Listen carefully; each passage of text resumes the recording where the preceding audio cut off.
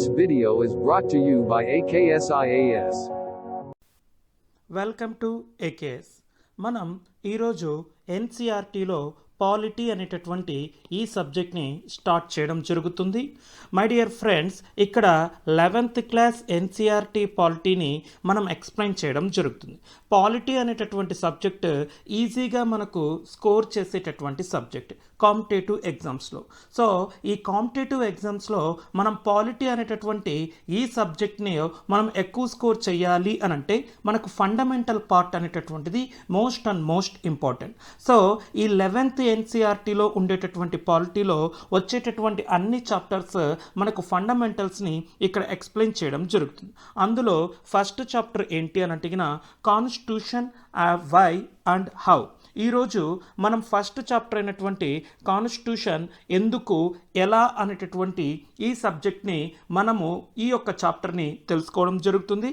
అదేవిధంగా నెక్స్ట్ మనకు వచ్చేటటువంటి చాప్టర్ ఏది అని అంటే rights in the Indian constitution, అంటే భారత రాజ్యాంగంలో ఉండేటటువంటి హక్కులు అనేటటువంటిది.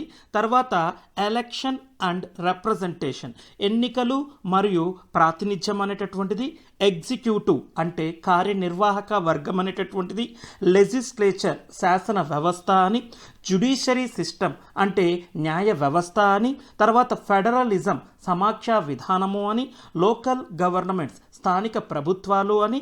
Constitution as a living document, రాజ్యాంగం అనేటటువంటిది ఒక లివింగ్ డాక్యుమెంట్ అనేటటువంటి ఈ యొక్క యూనిట్స్ని మనం ఎక్స్ప్లెయిన్ చేయడం జరుగుతుంది. సో ఫస్ట్ ఆఫ్ ఆల్ మనకు రాజ్యాంగం అంటే ఏమిటి అనేటటువంటిది ఇక్కడ చూడడం జరుగుతుంది. సో ఈ రాజ్యాంగం అనేటటువంటి దాని గురించి, ఈ రాజ్యాంగం మనకు ఎలా తయారయ్యింది, ఏ విధంగా రాజ్యాంగాన్ని ఏర్పాటు చేశారు, దానికి ఉండాల్సినటువంటి చారిత్రక నేపథ్యం ఏమిటి, ఏ విధంగా ఇది రాజ్యాంగం రూపొందించుకోబడినది, అదేవిధంగా మన రాజ్యాంగం ఎందుకు మన భారతదేశానికి ఉండాలి అనేటటువంటి ఈ యొక్క కాన్సెప్ట్స్ని మనం ఈరోజు తెలుసుకోవడం జరుగుతుంది. ఇదే ఇక్కడ ఉండేటటువంటి ఇంట్రడక్షన్ మనకి ఇక్కడ చెప్పడం జరుగుతుంది. So coming to the point, ఇక్కడ వచ్చేటటువంటిది ఏంటి అని అంటే why do we need a constitution అనేటటువంటిది మనకు ఫస్ట్ టాపిక్గా రావడం జరుగుతుంది. అసలు మనకెందుకండి రాజ్యాంగం కావాలి, భారతదేశానికి ఎందుకు రాజ్యాంగం కావాలి? ఈరోజు మన భారతదేశంలో కేంద్రంలో కేంద్ర ప్రభుత్వం ఉంది, రాష్ట్రాల్లో రాష్ట్ర ప్రభుత్వాలు ఉన్నాయి. అదేవిధంగా ఇక్కడ ఉండేటటువంటి నగరాల్లో స్థానిక సంస్థలు అనేటటువంటివి ఉన్నాయి. ఇది ప్రతి ఒక్కరికి తెలిసినటువంటివి. ఇది ఏ విధంగా వర్క్ చేయాలి, ఏ విధంగా ఫామ్ అవ్వాలి, ఎలా తన గవర్నెన్స్ని చేయాలి అనేటటువంటిది అంతా కూడా మనకు రాజ్యాంగం అనేటటువంటిది ఇక్కడ చెప్పడం జరుగుతుంది. సో బ్రిటిషర్స్ అనేటటువంటి వాళ్ళ దగ్గర నుంచి మనం భారతదేశానికి ఇక్కడ ఉండేటటువంటి స్వాతంత్రం అనేటటువంటిది సంపాదించుకున్నామండి. సో స్వాతంత్రం వచ్చిన తర్వాత మన భారతదేశం అనేటటువంటిది డెవలప్ చేయాలి. భారతదేశానికి ఉండేటటువంటి గొప్పతనం ఏమిటి అని అంటే భిన్నత్వంలో ఏకత్వం అనేటటువంటిది ఇక్కడ రావడం జరుగుతుంది. భిన్నత్వంలో ఏకత్వం అని అంటే భారతదేశంలో వివిధ రకాలైనటువంటి మతాల వాళ్ళు, వివిధ రకాలైనటువంటి సామాజిక వర్గాల వారు, వివిధ రకాలైనటువంటి పరిస్థితులు ఇక్కడ నెలకొని ఉండడం, అయినప్పటికీ కూడా భారతీయులు అనేటటువంటి ఒక ఏకత్వ భావనతో మనం నివసిస్తున్నాము అని చెప్పేది ఇక్కడ ఉండేటటువంటి భిన్నత్వంలో ఏకత్వం అని అంటారు. ఎస్, మన భారతదేశంలో హిందువులు ఉన్నారు, ముస్లింలు ఉన్నారు, క్రైస్తవులు ఉన్నారు, బౌద్ధులు ఉన్నారు, జైనులు ఉన్నారు, పార్షీలు ఉన్నారు, ఇంతమంది ఉన్నారు మన భారతదేశంలో. వీళ్ళందరూ కూడా ఒకరి మీద ఒకరు డిపెండెంట్ అవుతూనే ఉంటేనే మన భారతదేశంలో పరిపాలనా వ్యవస్థ అనేటటువంటిది రన్ అవ్వడం జరుగుతుంది. Yes, this is the most important. మన భారతదేశంలో జమ్మూ కాశ్మీర్ నుంచి ఇక్కడ ఉండేటటువంటి కన్యాకుమారి వరకు తీసుకుందాం. జమ్మూ కాశ్మీర్ నుంచి ఇక్కడ ఉండేటటువంటి కన్యాకుమారి వరకు మనం చూసామనంటే ఇక్కడ నైసర్గిక పరిస్థితులైన, అంటే భౌగోళిక పరిస్థితులైన, శీతోష్ణ స్థితి పరిస్థితులైన, నేలల రకాలైనటువంటివి కూడా, ఆహారపు అలవాట్లు కానివ్వండి, మనుషుల యొక్క అలవాట్లు కానివ్వండి, ఇవన్నీ కూడా చాలా డిఫరెంట్గా ఉంటాయండి. కానీ మనమందరము కూడా భారతీయులము. ఈ సమాజంలో ఒకరి మీద ఒకరు డిపెండ్ అవుతూ ఉండాలి.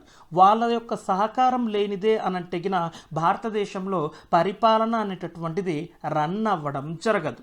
అందుకే మన భారతదేశం లో కాన్స్టిట్యూషన్ అనేటటువంటిది ఎందుకు కావాలి అని అంటే గిన ఇక్కడ ఉండేటటువంటి వివిధ రకాలైనటువంటి సమాజాలను అన్నింటినీ కూడా ఒక ఏకతాటిపైకి తీసుకొని వచ్చి వాటి యొక్క కోఆపరేషన్ ఇస్తూ అంటే సమన్వయపరిచే విధంగా ఈ యొక్క ఒక రూల్ బుక్ ఉండాలి అనేటటువంటి కాన్సెప్ట్తోనే ఇక్కడ కాన్స్టిట్యూషన్ అనేటటువంటిది రావాలి అనేటటువంటిది మనకు ఫస్ట్ ఫంక్షన్ ఆఫ్ ది కాన్స్టిట్యూషన్గా చెప్పడం జరుగుతుంది. So the first function of a constitution is to provide a set of basic rules that allow for minimal coordination amongst members of the society.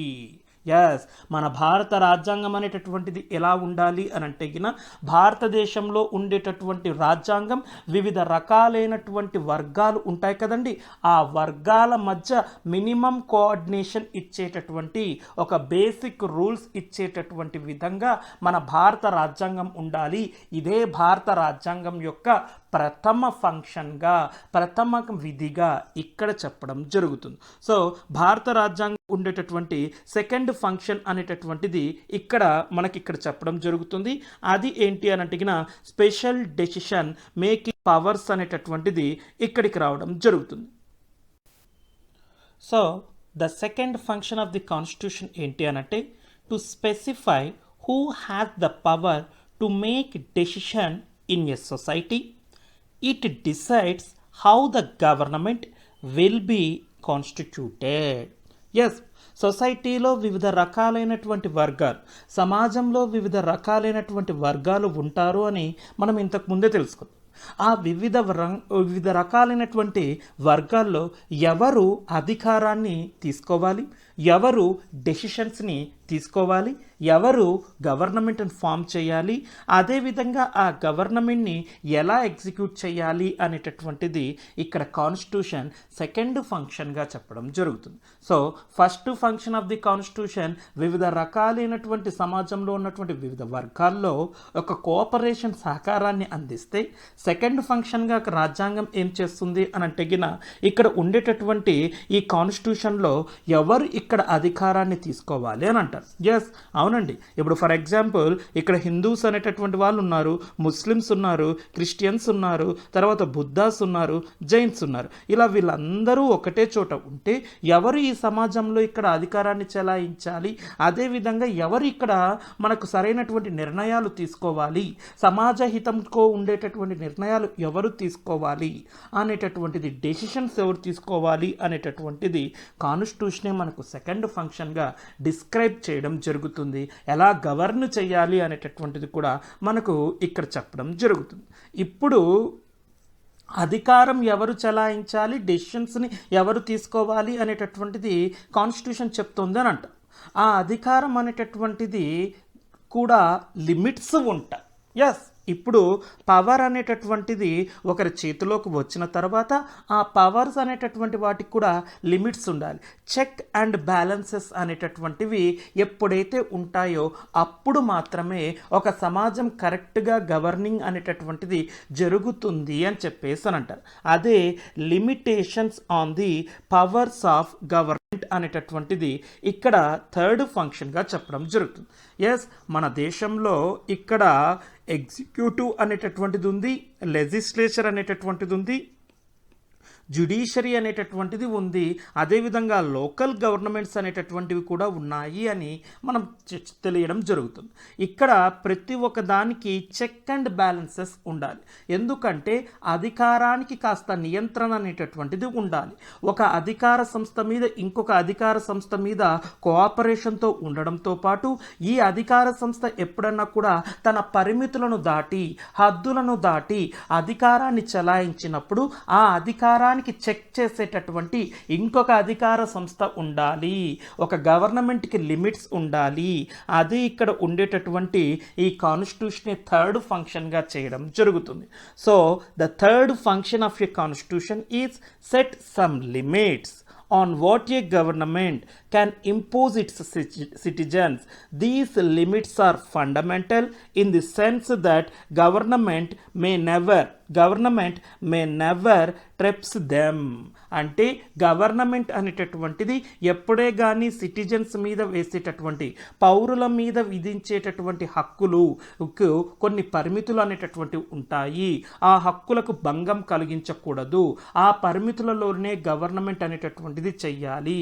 అవునండి, గవర్నమెంట్ అనేటటువంటిది అధికారం చెలాయిస్తూ ఉన్నప్పుడు ఆ అధికారానికి పరిమితులు ఎలా ఉండాలి, చెక్ అండ్ బ్యాలెన్సెస్ అనేటటువంటిది ఎలా ఉండాలి అనేటటువంటిది ఇక్కడ చెప్తుంది. ఫర్ ఎగ్జాంపుల్ ఒక చిన్న సింపుల్ లాజిక్ తీసుకుందాం. జమ్మూ అండ్ కాశ్మీర్ అనేటటువంటి ఈ రాష్ట్రంలో కర్ఫ్యూ అనేటటువంటిది పెట్టేసినారు. ఆ తర్వాత ఇక్కడ ఉండేటటువంటి వాళ్ళకి ఏంటి అని అంటే ఇంటర్నెట్ సౌకర్యాలు అనేటటువంటిది కల్పించబడలేదు.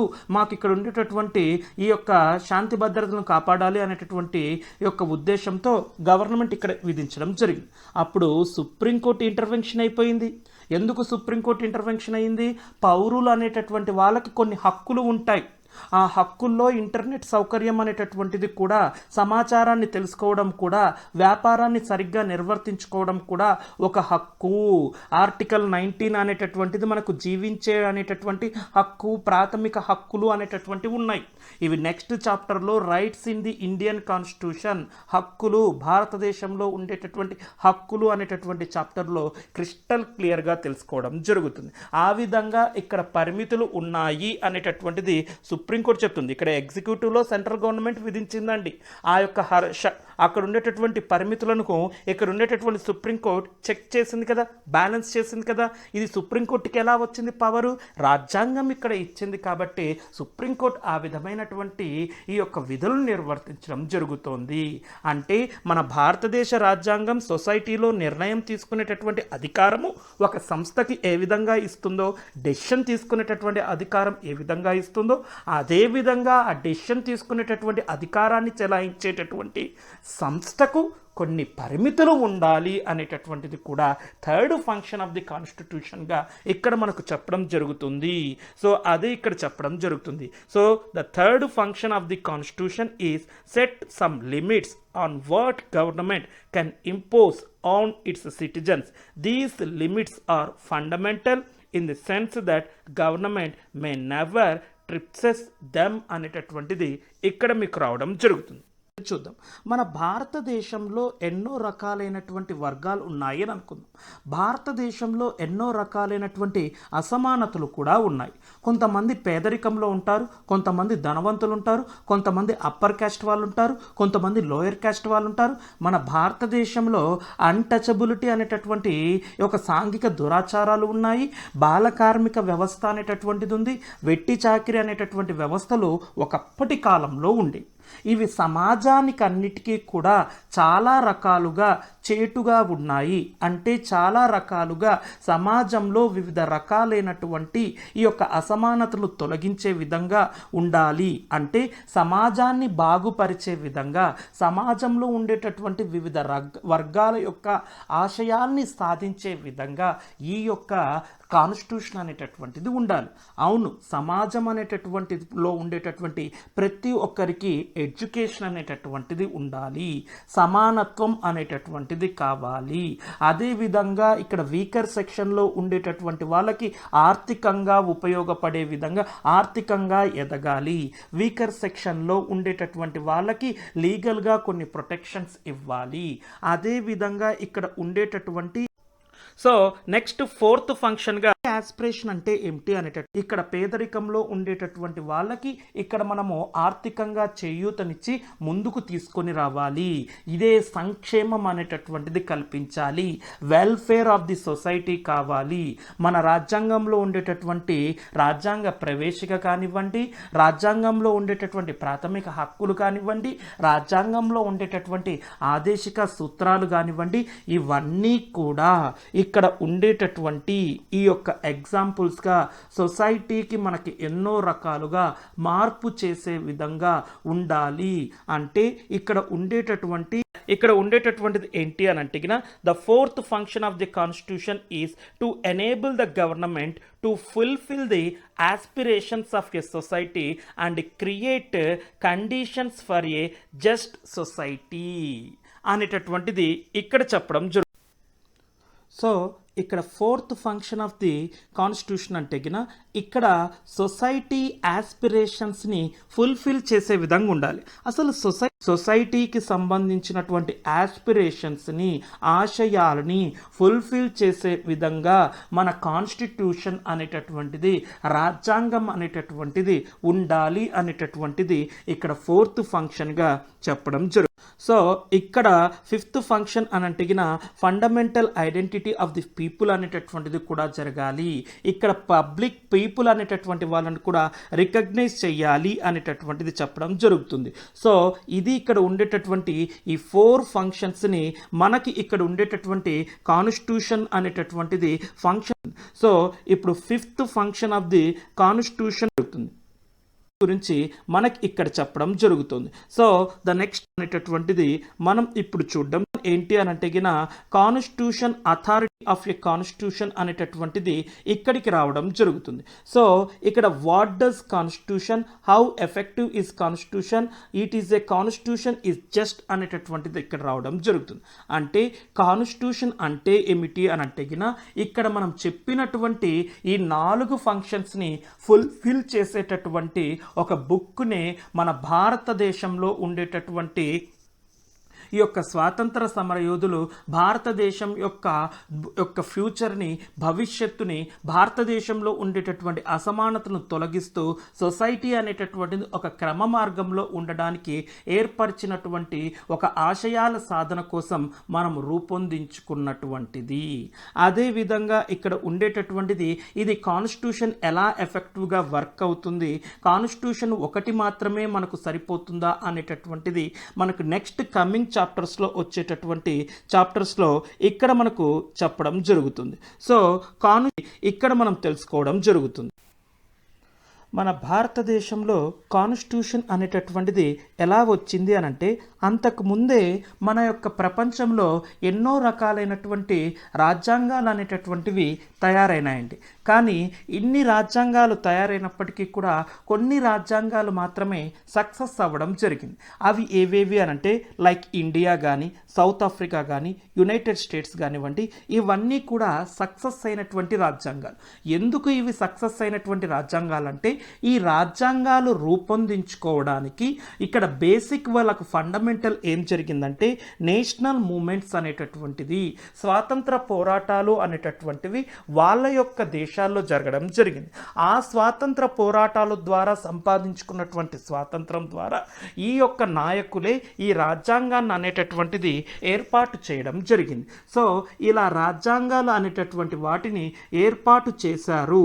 అంటే మన భారతదేశంలో కూడా స్వాతంత్రం వచ్చిన తర్వాత కంటే ముందే ఇక్కడ రాజ్యాంగంలో కాన్స్టిట్యూషన్ అసెంబ్లీ అనేటటువంటిది డిసెంబర్ 1946 నుంచి నవంబర్ 1949 వరకు వివిధ వర్గాల యొక్క అసెంబ్లీ ద్వారా 1946 డిసెంబర్ నుంచి ఇక్కడ ఉండేటటువంటి నవంబర్ 1949 వరకు ఇక్కడ కాన్స్టిట్యూషన్ అసెంబ్లీ ఏర్పాటు చేసి ఆ కాన్స్టిట్యూషన్ అసెంబ్లీ ద్వారా ఇక్కడ రాజ్యాంగాన్ని ఏర్పాటు చేయడం జరిగినది.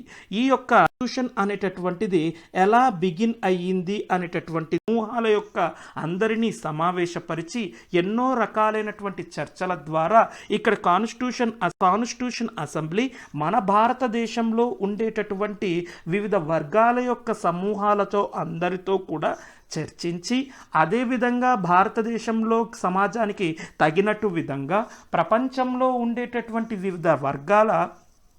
వివిధ దేశాల రాజ్యాంగాలను అన్నింటినీ కూడా అనుసరించి పరిశీలించి మన భారతదేశ రాజ్యాంగాన్ని తయారు చేయడం జరిగినది. Balanced institutional design. సో రాజ్యాంగంలో ఇక్కడ బ్యాలెన్స్డ్ ఇన్స్టిట్యూషనల్ డిజైన్ అనేటటువంటిది కూడా ఇక్కడ మనకు రావడం జరుగుతుంది. రాజ్యాంగం అనేటటువంటిది ఏర్పాటు చేస్తున్నప్పుడు రాజ్యాంగంని ఏర్పాటు చేసేటటువంటి మన యొక్క ఫ్రీడమ్ ఫైటర్స్ ఏం డిసైడ్ చేస్తారంటే మనం ఒక సంస్థకి మాత్రమే మొనోపలీ అథారిటీ అనేటటువంటిది ఇవ్వకూడదు. ఎందుకు అనంటే ఒక సంస్థకు మాత్రమే మనం మొనోపలో అథారిటీ ఇచ్చాము అని అంటే ఇక్కడ అధికారం అనేటటువంటి చలాయింపు చేసేటటువంటి సంస్థకి ఇక్కడ ధిక్కారం ఎక్కువగా పెరిగిపోయింది అని అనుకుంటే, అంటే దాని మీనింగ్ వాళ్ళు ఇక్కడ అధికారం మాకే ఉంది అనేటటువంటి అనేటటువంటి విషయంతో వాళ్ళు అధికారాన్ని చెలాయించారు అని అనుకుంటే అది భారతదేశం యొక్క అభివృద్ధికి, భారతదేశంలో ఉండేటటువంటి సొసైటీ యొక్క యాస్పిరేషన్స్కి ఎంతో రకాలుగా ఇది చాలా వరకు చెడు చేస్తుంది, హాని చేస్తుంది అనేటువంటి విషయంతో ఇక్కడ చాలా వరకు ఇన్స్టిట్యూషనల్ డిజైన్ అనేటటువంటిది చేయడం జరిగింది. అదేవిధంగా మన భారతదేశంలో ఉండేటటువంటి ఈ కాన్స్టిట్యూషన్ని ఏమని డిస్క్రైబ్ చేస్తామంటే లివింగ్ డాక్యుమెంట్ అనేటటువంటిది కూడా చెప్తాం. ఎందుకు లివింగ్ డాక్యుమెంట్ అనేటటువంటిది చెప్తామంటే మన భారత రాజ్యాంగ నిర్మాతలు ఏమని భావించారు అని అంటే మన భారత రాజ్యాంగం అనేటటువంటిది ప్రస్తుత పరిస్థితులనే కాకుండా రాబోయే వచ్చేటటువంటి ఫ్యూచర్ అంటే భవిష్యత్తులో కూడా సమాజానికి తగినటువంటి విధంగా రాజ్యాంగం ఉండాలి, సమాజంలో వచ్చేటటువంటి మార్పులను అనుసరిస్తూ రాజ్యాంగాన్ని కూడా మార్చడానికి అనువైనటువంటి పద్ధతిలో ఇక్కడ కొన్ని పద్ధతులను విశదీకరించడం జరిగింది.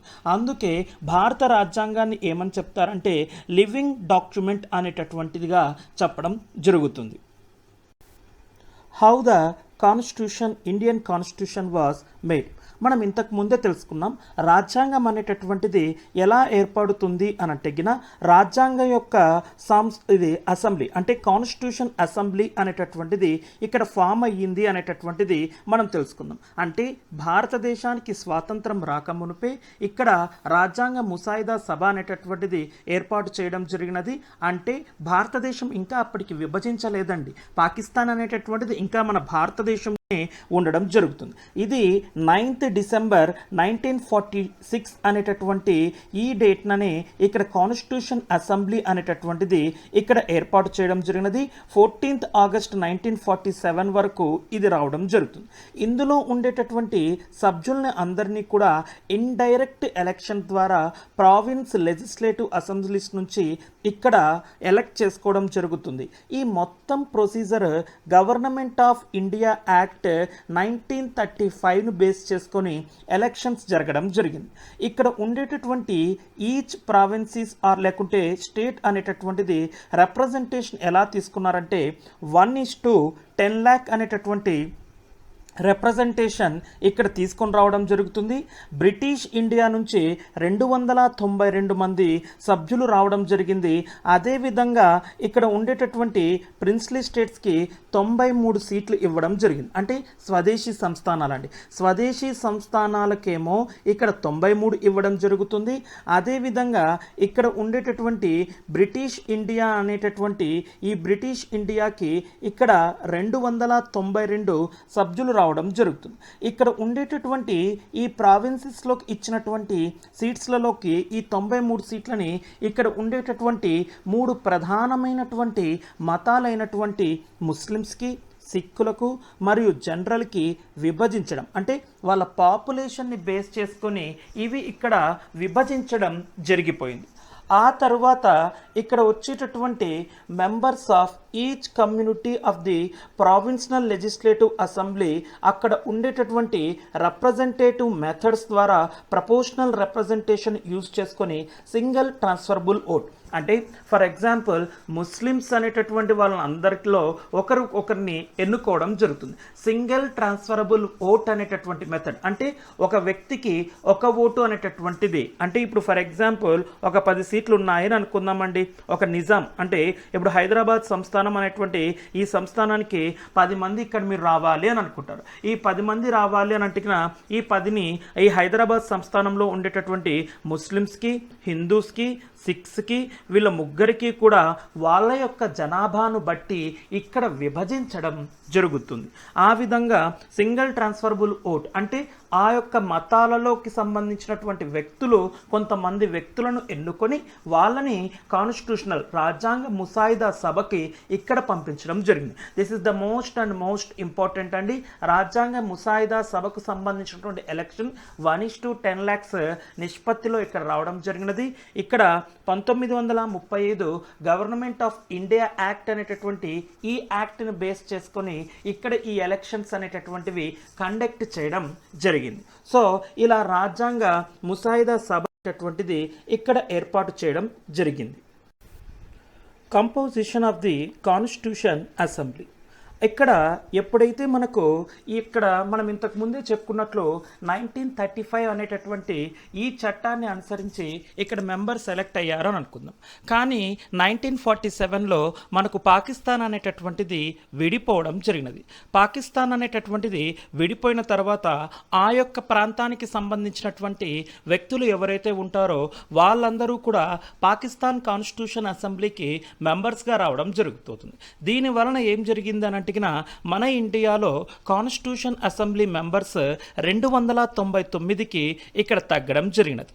సో ఇవన్నీ చర్చలు జరిగిన తర్వాత 26 నవంబర్ 1949 రోజున ఇక్కడ మనం కాన్స్టిట్యూషన్ అనేటటువంటిది అడాప్ట్ చేసుకోవడం జరిగింది. 26 జనవరి 1950న మన యొక్క కాన్స్టిట్యూషన్ అనేటటువంటిది అమల్లోకి రావడం జరిగినది. సో రాజ్యాంగం ఎలా ఏర్పడింది, రాజ్యాంగ ముసాయిదా అనేటటువంటిది ఏమిటి అనేటటువంటిది ఇలా మనకు రావడం జరిగింది. ఇది మోడర్న్ హిస్టరీలో ఇంకా క్లారిటీగా మనకు రావడం జరుగుతుంది. సో ఇక్కడ ఉండేటటువంటి ఈ కాన్స్టిట్యూషన్ అనేటటువంటిది ఏర్పాటు చేసిన తర్వాత కాన్స్టిట్యూషన్ అనేటటువంటి అసెంబ్లీకేమో ప్రెసిడెంట్గా డాక్టర్ రాజేంద్ర ప్రసాద్ రావడం జరుగుతుంది.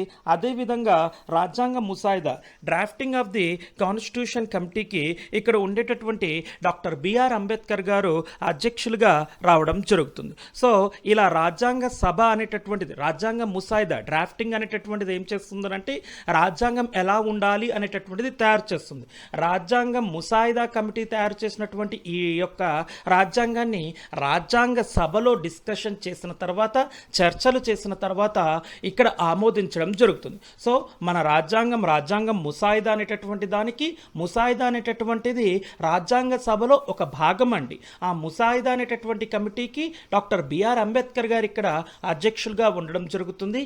రాజ్యాంగ సభ కాన్స్టిట్యూషన్ అసెంబ్లీ అనేటటువంటి దానికి ఇక్కడ ఉండేటటువంటి డాక్టర్ బాబు రాజేంద్ర ప్రసాద్ అనేటటువంటి వాళ్ళు ఇక్కడికి రావడం జరుగుతుంది. ఇక్కడ ప్రొసీజర్స్ ఎలా వచ్చాయి అని అంటే ఇక్కడ కాన్స్టిట్యూషన్ అసెంబ్లీ అనేటటువంటిది ఇక్కడ 8 మేజర్ కమిటీస్ అంటే మొత్తం రాజ్యాంగ సభ ఇక్కడ 8 కమిటీస్ అనేటటువంటిది ఏర్పాటు చేయడం జరిగినది. జవహర్లాల్ నెహ్రూ అని, తర్వాత రాజేంద్ర ప్రసాద్ కమిటీ అని, సర్దార్ పటేల్ అని, బిఆర్ అంబేద్కర్ కమిటీ అని చెప్పేసి different committees different kind of subjects మీద ఈ కమిటీలు అనేటటువంటి వేసి రాజ్యాంగం ఏర్పాటు చేయడానికి వివిధ రకాలుగా అంశాలను పరిశీలించడం జరిగినది. This is the most important. ఇక్కడ రాజ్యాంగ సభలో మొత్తం 8 మేజర్ కమిటీస్ అనేటటువంటివి రావడం జరుగుతుంది. సో ఈ విధంగా ఒక్కొక్కరు ఒక్కొక్క సబ్జెక్ట్ గురించి కూలంకషంగా డిస్కషన్ చేసి వాటిని మన యొక్క రాజ్యాంగంలో ఏర్పాటు చేయడం జరిగినది. రాజ్యాంగం యొక్క సభలో ఇక్కడ కొన్ని రకాలైనటువంటి డిస్కషన్స్ జరుగుతున్నప్పుడు మన యొక్క జాతీయ ఉద్యమం గురించి కూడా మనకు కొన్ని రకాలైనటువంటి అంశాలను చర్చించి రాజ్యాంగం ఏర్పాటు చేయడంలో ఇవి భారతదేశం ముందు ఉండేటటువంటి లక్ష్యాలు అనేటటువంటిది ఇక్కడ కొన్ని లక్ష్యాలని నిర్దేశించడం జరిగినది. అవి ఏంటి అని అంటే ఇండియా అనేటటువంటిది భారతదేశం అనేటటువంటిది ఒక స్వతంత్రమైనది, అదేవిధంగా సార్వభౌమాధికారం ఉండేది, గణతంత్రమైనటువంటి దేశం అనేటటువంటిది ఇక్కడ చెప్పడం జరుగుతుంది. అదేవిధంగా ఇండియా అనేటటువంటిది యూనియన్ అంటే British Indian territories, Indian states, other posts ఇక్కడ బ్రిటిష్ ఇండియాకి ఏవైతే ఉంటాయో అవన్నీ కూడా ఇండియన్ యూనియన్గా ఇక్కడికి తీసుకొని రావడం జరిగింది. ఇక్కడ ఉండేటటువంటి అన్ని పవర్స్ అనేటటువంటివి భారతదేశం యొక్క ప్రభుత్వానికే ఉంటాయి అనేటటువంటిది ఇక్కడ చెప్పడం జరుగుతుంది. అదేవిధంగా భారతదేశం అనేటటువంటిది సర్వసత్వాక సార్వభౌమ రాజ్యాధికార గణతంత్ర రాజ్యంగా ఉంటుంది అనేటటువంటిది కూడా చెప్పడం జరుగుతుంది. మైనారిటీస్, బ్యాక్వర్డ్స్, అదేవిధంగా ట్రైబల్ ఏరియాలో ఉండేటటువంటి వాళ్ళందరినీ కూడా ఎన్నో రకాలైనటువంటి సౌకర్యాలను కల్పించి వాళ్ళకి రక్షణాత్మకమైనటువంటి చర్యలు తీసుకొని వారిని రక్షిస్తాము అనేటటువంటిది కూడా లక్ష్యంగా ఇక్కడ పెట్టుకోవడం జరిగింది. సో ఈ విధమైనటువంటి లక్ష్యాలు అన్నీ కూడా ఇక్కడ ఉండేటటువంటిది చెప్పడం జరుగుతుంది. మోరోవర్ మోస్ట్ ఇంపార్టెంట్ పాయింట్ ఏంటి అని అంటే భారతదేశంలో ఉండేటటువంటి అన్ని అధికారాలు భారతదేశం యొక్క ప్రజల నుంచే ఈ యొక్క ప్రభుత్వానికి సంక్రమించాయి. ఎందుకంటే మన భారతదేశంలో ఉండేటటువంటి రాజ్యాంగం చాలా క్రిస్టల్ క్లియర్గా ఏమని చెప్తుంది అని అంటే భారత రాజ్యాంగం అనేటటువంటిది ప్రజాస్వామ్యాన్ని తీసుకొని వస్తుంది, ప్రజాస్వామ్యాన్ని అడాప్ట్ చేసుకుంటుంది. ఈ ప్రజాస్వామ్యంలో అధికారం అనేటటువంటిది ఎలా ఉంటుంది అని అడిగిన ప్రజల చేత నుంచి తీసుకురడం వలనే ప్రజల నుంచే మాకు ఈ అధికారం సంక్రమించింది అనేటటువంటి అంశం కూడా ఇక్కడికి రావడం జరిగినది. మన ఇక్కడ ఉండేటటువంటి ఇన్స్టిట్యూషనల్ అరేంజ్మెంట్స్ అనేటటువంటిది కూడా జరిగింది. ఇక్కడ ఎగ్జిక్యూటివ్ అనేటటువంటిది ఒకటి, లెజిస్లేచర్ అనేటటువంటిది ఒకటి, జ్యుడిషియరీ అనేటటువంటిది ఉంటుంది అని చెప్తున్నారు. అంటే కార్యనిర్వాహక వర్గము, శాసన వ్యవస్థ, జ్యుడిషియరీ వ్యవస్థ, లోకల్ గవర్నమెంట్స్ అనేటటువంటిది మనకు రాజ్యాంగం ఏర్పాటు చేసే ముందు రాలేదండి. తర్వాత 73, 74 రాజ్యాంగ సవరణల ద్వారా ఈ సెల్ఫ్ హెల్ప్ స్థానిక సంస్థలు అనేటటువంటిది ఇక్కడికి రావడం జరుగుతుంది. ఇక్కడ 3 రకాలైనటువంటి వ్యవస్థలు భారతదేశం యొక్క పరిపాలనలో ఉంటాయని మన యొక్క రాజ్యాంగంలో చెప్పడం జరిగినది. ఇవి ఒక్కొక్కటి మనకు ఒక్కొక్క చాప్టర్ అండి. కమింగ్ డేస్లో ఈ యొక్క పాలిటీలో ఇది ఒక్కొక్క చాప్టర్ దేశంలో ఉండేటటువంటి రాజ్యాంగం చెప్పడం జరుగుతుంది. అదేవిధంగా మన భారతదేశంలో ఉండేటటువంటి ఈ యొక్క రాజ్యాంగము మనము కేవలం కొన్ని రకాలైనటువంటి మన దేశం యొక్క స్వాతంత్రం నుంచి కొన్ని అంశాలను సంగ్రహించుకున్నాం. అదేవిధంగా ప్రపంచంలో ఉండేటటువంటి కొన్ని దేశాల నుంచి కూడా మనం కొన్ని పద్ధతులను అడాప్ట్ చేసుకోవడం జరిగింది. అవి ఏవేవి అంటే బ్రిటిష్ రాజ్యాంగం నుంచి ఇక్కడ ఉండేటటువంటి పార్లమెంటరీ ఫార్మ్ ఆఫ్ గవర్నమెంట్ని తెలుసుకున్నాము. తర్వాత ఇక్కడ ఉండేటటువంటి రూల్ ఆఫ్ లాని తెలుసుకున్నాము. Institution of the speaker and his role గురించి మనం తీసుకోవడం జరిగింది. ఇక్కడ లా మేకింగ్ అంటే చట్టాన్ని ఎలా రూపొందించాలి అనేటువంటి వ్యవస్థ నుంచి బ్రిటిష్ కాన్స్టిట్యూషన్ నుంచి తీసుకోవడం జరుగుతుంది. ఆదేశిక సూత్రాలని ఐరిష్ రాజ్యాంగం నుంచి తీసుకోవడం జరుగుతుంది. లిబర్టీ, ఈక్వాలిటీ, ఫ్రెటర్నిటీ అనేటటువంటిది ఫ్రెంచ్ కాన్స్టిట్యూషన్ నుంచి తీసుకోవడం జరుగుతుంది. అదేవిధంగా సమాఖ్య విధానం అనేటటువంటిది కెనడా రాజ్యాంగం నుంచి తీసుకోవడం జరుగుతుంది. అమెరికా రాజ్యాంగం నుంచి ప్రాథమిక హక్కులు, అదేవిధంగా జ్యుడిషియల్ రివ్యూ అనేటటువంటి జ్యుడిషియరీ పవర్ గురించి ఇలా తెలుసుకోవడం జరిగింది. ఈ విధంగా మన భారతదేశ రాజ్యాంగం యొక్క ముసాయిదా ద్వారా, రాజ్యాంగ సభ ద్వారా వివిధ దేశాల నుంచి ఉండేటటువంటి రాజ్యాంగంలో ఉండేటటువంటి లక్షణాలు, మంచి లక్షణాలు ఏవైతే ఉంటాయో అవన్నీ కూడా మన భారత రాజ్యాంగం అడాప్ట్ చేసుకోవడం జరిగింది. ఇది రాజ్యాంగానికి సంబంధించినటువంటి కాన్స్టిట్యూషన్ వై అండ్ హౌ అనేటటువంటి దానికి ఇది ఫస్ట్ చాప్టర్గా రావడం జరుగుతుంది. నెక్స్ట్ చాప్టర్లో మనం ఇంకొన్ని డీటెయిల్స్ని ఇంకా క్లారిటీగా ఈ జ్యుడిషియరీ అంటే ఏమిటి, లెజిస్లేచర్ అంటే ఏమిటి, ఎగ్జిక్యూటివ్ అంటే ఏమిటి, రైట్స్ అంటే ఏమిటి అనేటటువంటివి క్రిస్టల్ క్లియర్గా తెలుసుకోవడం జరుగుతుంది. Thank you.